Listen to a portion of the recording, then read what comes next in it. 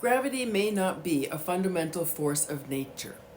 Instead, it could be something that arises from the way matter recursively folds and binds itself into denser and denser forms. When we look closely at the structure of mass, we find that it is already a product of recursion. Gluons, the carriers of the strong force, can latch onto each other in looping, self-interacting spirals. As they bind together, these loops slow down below the speed of light and trap energy inside particles like protons and neutrons. Mass, then, is stabilized density created by that recursive bundling. It doesn't exist as a thing on its own. It is the result of energy folding back into itself again and again. This pattern continues upward across every scale of existence. Atoms are bundles of gluon bundles. Molecules are the next bundles up. Stars, planets, and galaxies are larger and larger clusters of matter holding together through the same recursive process. With each jump in scale, the density becomes more coherent, more organized, and more resistant to being disturbed. What we perceive as weight, what we call gravity, is simply the large-scale pull of recursion accumulating across all the matter in the universe.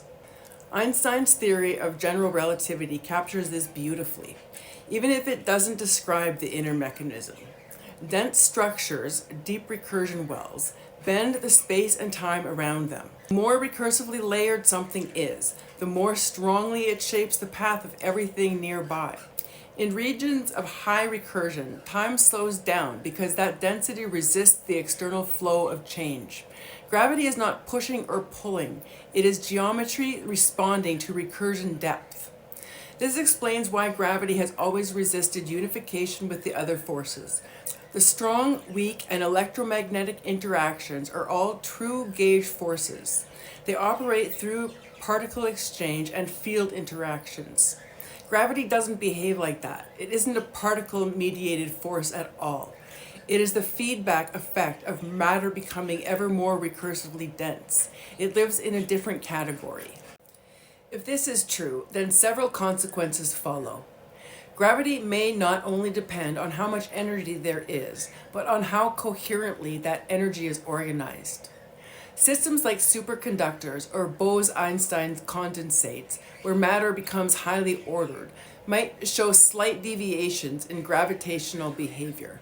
Information density, the amount of structure in a region, could change curvature even when mass stays the same. And some of what we currently attribute to dark matter might simply be the gravitational imprint of unrecognized recursive density throughout the cosmos.